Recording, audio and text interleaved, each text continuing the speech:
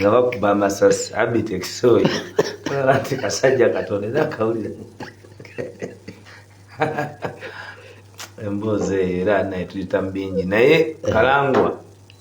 ono wekayunga zigenda okwera saa 11 nga funa nti yali mu kunyaga akalulu sembera mfune bulungi kwezo zigenda era 11 ez'okumakya nga investigation zange zindaga nti yakayingidde sigino naye olwo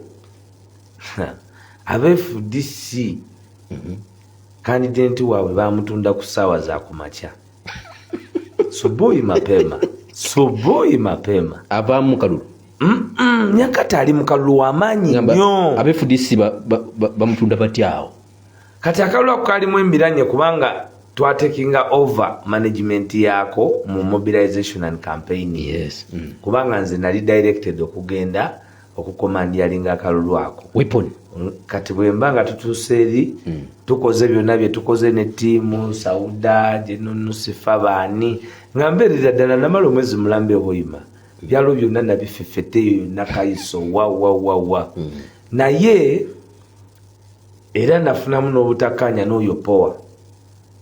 Patrick Boy nga ndaba nzanya NRM president azeesubira ya Uganda atandise okuzanya obukodyo ali eri alinga nagwayogera naye amuwa ebiragiro twali tubifuba bitubugumidde ku stage Patrick Boy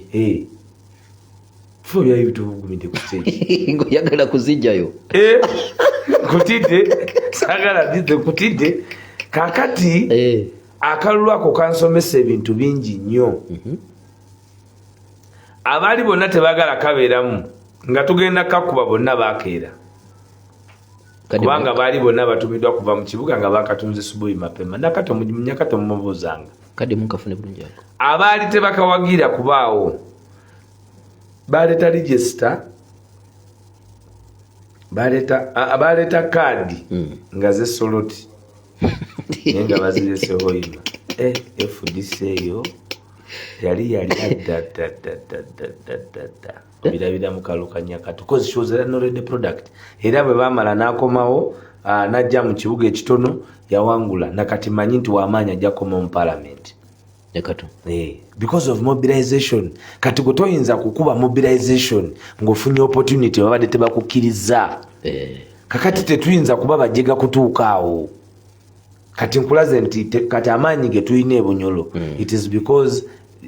omwagala w'abangi yagendayo nayimirira ne Nyakato Asinansi yali abantu gobawanzeko eddusu naye ng'alemesebwa ensonga nnyingi entakira ebbanga lyonna obadde olina kyonzigirayo wayiswa waliwo enkubuliza nti ogamba nti ebifaananyi ebyajja birala naye ate bikolebwa General Museveni anti nkulaga nti naye mwaka akalulu ya General Museveni ng'asindise Bakalangwa batugamba agamba byabakama nti wasaba omulimu ng'oli katebe kati nagukuwa guku ani agamba General Museveni wansaba omulimu nagukuwa agamba byabakama kati omanye ekyokukola kyekiri kiyayogera ekayunga tinwebazina batya nze nkola ki zesalawo oba bali tebazinyi nze njaga abazinyi ontegedde bulungi kakati participation yaffe eyakalulu is part of first of all akalulu kali legitimate kati oli akabba akazanyiramu akanyagulula gwe tusalire empenda buli lunaku butya bwe tumutemako gwe omukono ate tumugirewo ddala kuba ekizibu tukimanyi because akakiiko k'ebyokulonda bakayita independent electoral commission kali independent gwe bagamba nti kali independent okkiriza oba ntegeera kyenkunyonyola so ekisolo ffe twagala kwebaza candidate waffe eyatuwa platform ensonga ne tuzitaanya ne twebaza n'abantu b'ekisolo abatwaniriza mu bungi kuba waliwo yagendayo ye ne batabeerayo ekyo bulabagamba mbu ye yali amanyi kati abalonzi alina gy'abatereka oba aleeta baleete mu baasi kuva mu district ndala n'agamba be baawo kuba ffe abaawo twabayina naye akkiriza twabayina yemboozi gy'ateekawo eri okunafuya lwaki taddeyo nagamba nti mukali namuwaayo 7 kubanga mu kalulu akawedde byabakama kugamba Kyagulanyi afunawo obulu 7 kati oyinza kuleeta mboozi ya Lwenda nga tewali nyumya 7 ampuliriza bino just nkuwa simple kunnyonnyoka kutono okwoyo abayagala akole ki annyonnyoke nti Bobby tali kisolo kati bali ku max ku muntu eyakutte ekyokusatu nga bakandidenti bali 8 twava ddi nga namba 1 namba 2 ne namba 3 tebaba wa kitiibwa kakubere mu kusoma kyakutte ekyokusatu tate mumulengeza performance y'essomero webeera batunulira namba 1 tyani akutte newe guba mupiira playoff bagamba nti namba 1 namba 2 naye eryo ne guligo twayitanga losers match ogw'abakyala wandabye otya etiimu namba 4 ne namba 3 zijja ne zeekubamu ezaabo ogusooka okubugumya abantu nga tetunagenda mu finaali no mu masaza bwe bakola Kyaddondo teyazanya gwagundi gw'abakyala wankoze otya yaliko Kyaddondo naye yazanya naye nga nabo babaawo ku mukolo guli ogwa fayino babanga abazanya nabo babaawo ennaku zino bagenda babiddibya kubanga lwaki olwana okukwata ekyokusatu naye nga ekikwewuunyisa kwe kulaba nti boogera nnyo ku wookusatu okusinga bana babiri kubanga WNUP naye tebagenda kugamba nti Museveni baamujeemera. Ekyokubiri tribal card eri wali obusosoze mu madiini naye n'omuntu eyakulembera candidate eyawangula ye yawangula Museveni. Philemon Mateke yawangula Museveni mu 8 muyo constituency owa PUPM wa Museveni yafunawo obululu bumeka yafuna obululu 200 njogera ku Greater Kigezi kakati oyo akeera atya ku makya n'ajja n'ayogera ebyobululu ng'olwaliro Museveni abadde agamba nti awo kujana ng'ate eri kujana si ye yazze kubanga Museveni abadde agamba nti awo NRM 100% ebbanga lyonna kujana eyazze we NRM kati bakusiriwaza ate bagamba nti independent naye abaddemu NRM no owammwe mwamuwadde akabonero akabaasi owammwe era gwe mwakubira kakuyege kati bamuvuddeko bali ku mulala bambagamba nti akubaka bateganga kakodi bayiseewo omukubaabwe ababe kati baba bateekawo n'akakodi okokwegaana ekyabwe ekituufu kati akataaka omanya nti bayidde nti baleeta babiri abo mu kisaawe ekyokuleeta omubo baleeta babiri era ne bajja nga tuleeta bameka babiri lwaki oli national chairman nti yamunoonyeza kalulu bwe yamusinkana yamugamba aveemu n'ajeemera naye ye gwe bajeemera kati ate akuba ekifuba nti neyazze wange kwe yajeema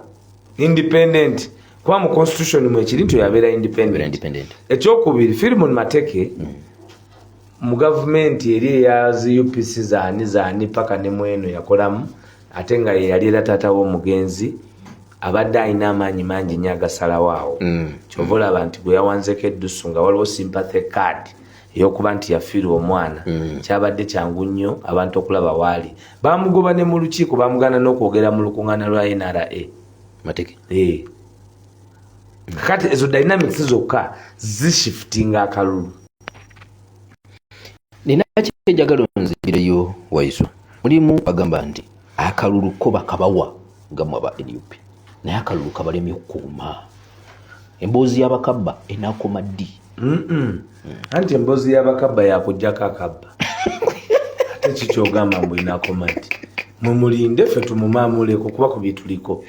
tetuddamu na kukibuuza Kayongo emboozi y'okabba yakulekezaawo akola ki kubanga we have identified we have diagnosed the problem.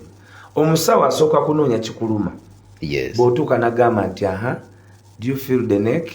do you feel the eyes, is the stomach hurting, how is it hurting, is it fast running stomach, no stomach, what are you